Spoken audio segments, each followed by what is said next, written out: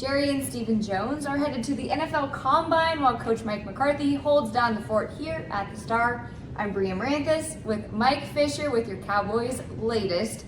Mike, when you look at the Combine, what are you watching for when it comes to the Cowboys? Well, what a nice way to put it, that Mike McCarthy along with Mike Zimmer is here in this building right now holding down the fort. Yeah, I think that is a nice way to put it. I know you're familiar with this, CowboysSI.com and the Fish Report. We've addressed this. I just think that's a mistake. I think there's enough time in the day to both integrate Zimmer back into the organization and integrate his defense and go shake all the hands and kiss all the babies. And so I'm not suggesting in any way that this is some sort of a disaster. There's other teams, head coaches. Kyle Shanahan of the 49ers isn't there. Sean McVay of the Rams isn't there. Well, he's never there. McVay correct. Never goes. And they're no dummies. Yeah. And so it's not disastrous. I don't think that the reasoning justifies the decision. The Cowboys are, and Nick Harris at DallasCowboys.com has done a good job of addressing this. Among the other groups that, of course, they'll meet with, and they'll meet with bunches of them, linebackers. Yeah. And they have already orchestrated meetings with a bunch of the top linebackers in Indianapolis. Yeah. I would caution us on this, though. I don't think there's a first-round linebacker in this bunch.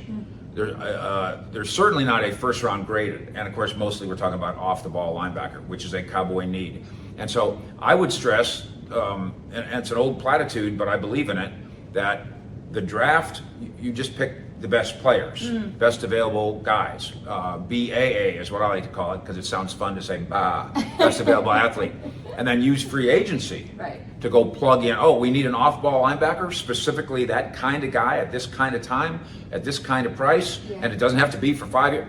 That's what free agency is for, and I do think the Cowboys will lean in that way. Not drafting a linebacker high, but go sign one in free agency that's affordable and proven. Speaking of NFL free agency, the new year begins on March 13th. How different do you think this roster is going to look next season? It depends if you believe Jerry's all-in pledge. First of all, and it's funny, now they just call it legal, they call it legal tampering, which begins on the 11th, which is ridiculous. And then legal non-tampering begins, of course, when the business year starts on the 13th.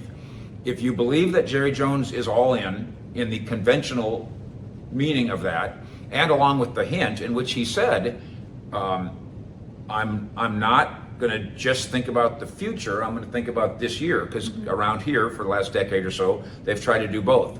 Then the roster should look more than the usual 30% change difference. You're then not just trying to stabilize the roster, you're trying to improve it. And trying to improve it, because that's not unusual, improve it in a way where you're putting salary cap money on the credit card, so to speak, and worrying about, as I like to put it, worry about 2027 in 2027.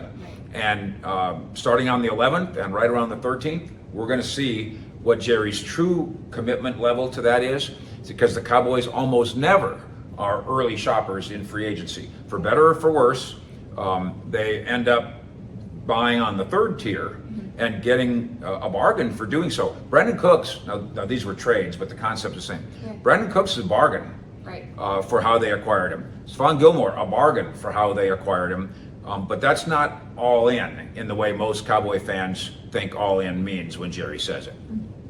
Which position group on the Dallas Cowboys do you feel like is most in flux this offseason as we do enter that new NFL year? Can we skip over quarterback because it's just so assumed? And again, the player isn't in flux, and the depth chart isn't in flux. We know that it's Dak and then Cooper Rush and then Trey Lance, with Trey Lance getting the opportunity to compete, maybe to rise higher. But the contract situation is in flux. And until they get Dak Prescott and the money right, they can't do much else business-wise. And then frankly, until they get Dak Prescott and the money right, and then the psychology around it all right, they can't do much psychologically either. They obviously are over the cap now. The wisest way to get under the cap and be cap compliant on March 13th, the start of the business year, is to make the move with Dak Prescott. We've discussed 3 options. One of them is to leave things as they are. That would be a roster building disaster, because it's a $59 million salary cap hit and it doesn't move, it just sits there. 2 is to stick with the original plan, with the understanding he's going to become the highest paid player in the history of football. Now, the next day, somebody else might become the highest paid, but that's still a substantial thing. It's a funny stat because it's really just time-based. Correct.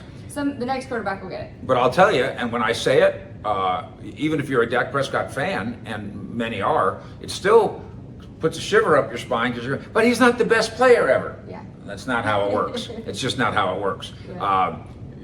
Gasoline, bread, and milk cost what they cost. And if you have a baby, you buy gasoline, you buy bread, and you have milk. That's just the way it is. So the Cowboys have to buy a quarterback. The third option, of course, as we've discussed, there are the 2 voidable years. The Cowboys can not give him an extension, move money from this pocket to this pocket with the voidable years, get their cap room, and then continue to negotiate with Dak Prescott all along, understanding he might just say, no, you know what, if you don't love me, then when the season's over, I'm going to go find myself another lover. And then you won't have Dak Prescott to kick around anymore. You won't be paying him $60 million, but then your quarterback might be Cooper Rush in 2025, or your quarterback might be Trey Lance in 2025, who, by the way, with the May 2nd deadline on the 5th-year option, they're not going to pick that up on him. Mm-hmm. So Trey Lance would play next year on the cheap. Talk about 2025 now. Yeah. And then be gone himself. So that's the most tumultuous situation on the roster, not because of the player's ability, but because of the cap juggling situation. You mentioned the 3 great options when it comes to Dak Prescott and the Cowboys contract. Where do those negotiations stand as of now? They do this every time, and they do this every year. Stephen Jones, the Cowboys COO in Indianapolis this week, saying, we're not going to discuss it in public, we're not going to hold press conferences, we're not. I know, but somehow progress reports come out. Right. And we wrote this a week and a half ago, that the 2 sides were ready to open negotiations. And that's moving the ball to some degree. Stephen, at the beginning of the week of the Combine, said, when asked about even meeting with Todd France, he said, yeah, we're not going to have.